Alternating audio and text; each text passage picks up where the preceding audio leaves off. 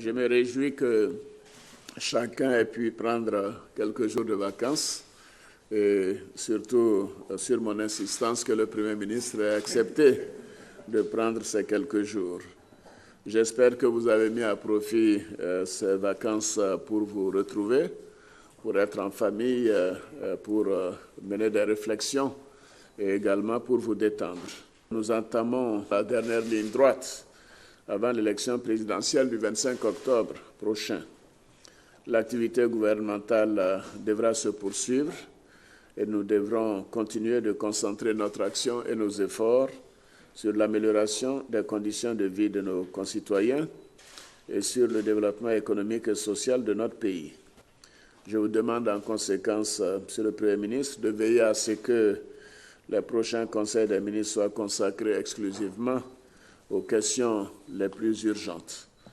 Les textes relatifs à tous ces dossiers devront être présentés, bien évidemment, au cours des prochains conseils du mois de septembre et même de début octobre. Bien évidemment, vous devrez également tous, Mesdames, Messieurs les ministres, aller sur le terrain dans vos régions respectives, puisque nous sommes déjà dans la période de pré-campagne.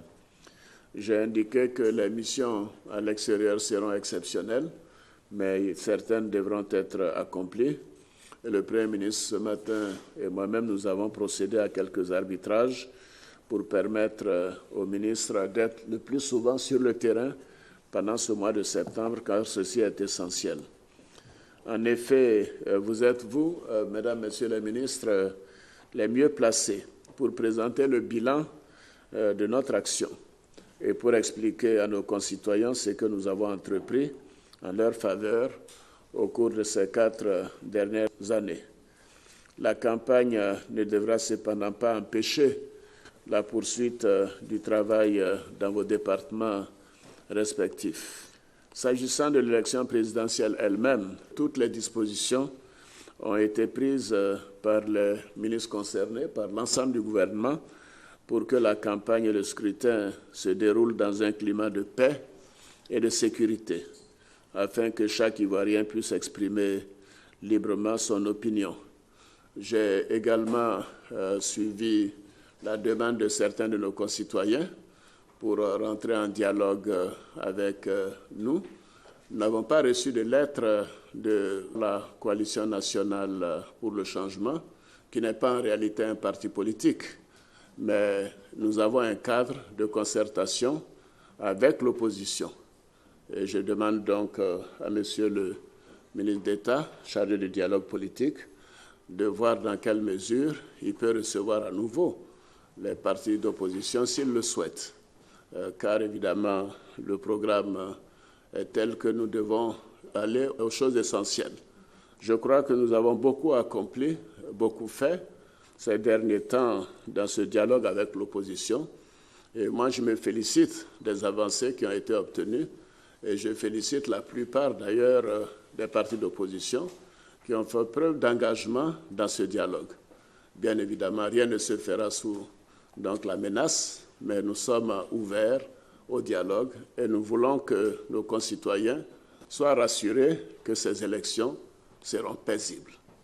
Elles seront paisibles et bien évidemment, ceci veut dire que la chienlit ne sera pas tolérée durant la campagne, durant l'élection et après le scrutin.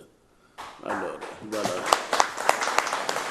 Donc, je vous demande, Monsieur le ministre d'État, Jeannot Ahoussou, de voir dans quelle mesure, s'il y a encore des points à discuter, que vous puissiez rencontrer très rapidement le cadre de dialogue politique, où se trouvent d'ailleurs tous les partis d'opposition significatifs, y compris certains des partis qui sont membres de la Coalition nationale pour le changement.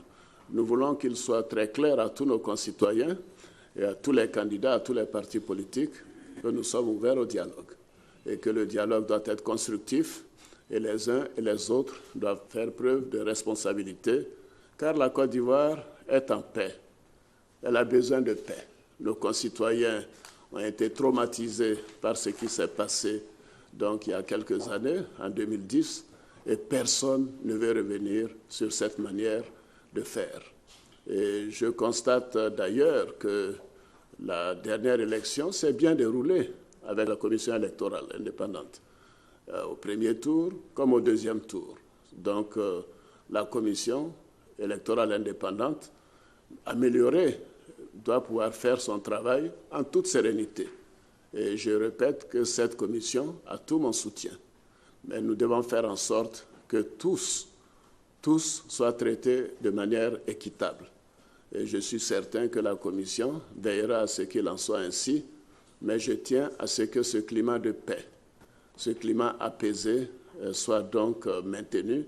Vous savez, cette période est toujours une période difficile pour les investisseurs étrangers qui pensent que peut-être les élections vont être comme en 2010.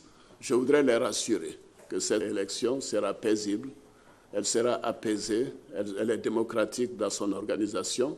Il n'y a pas de raison qu'après l'élection, nous ayons les problèmes que nous avons vécus en 2010. Donc, Monsieur le Premier ministre, je voudrais féliciter vous-même et tous les membres du gouvernement pour l'important travail que vous faites. Je considère que la Côte d'Ivoire a beaucoup de chance d'avoir une équipe comme la vôtre. J'ai été Premier ministre il y a 25 ans. J'ai constaté un peu l'évolution des différents gouvernements dans notre pays depuis un quart de siècle.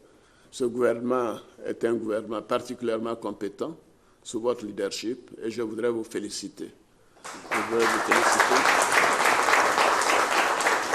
Je voudrais que cette campagne, comme je l'ai dit, soit la plus courte possible, donc essentiellement le mois d'octobre, et que dès après, ce gouvernement puisse se remettre au travail.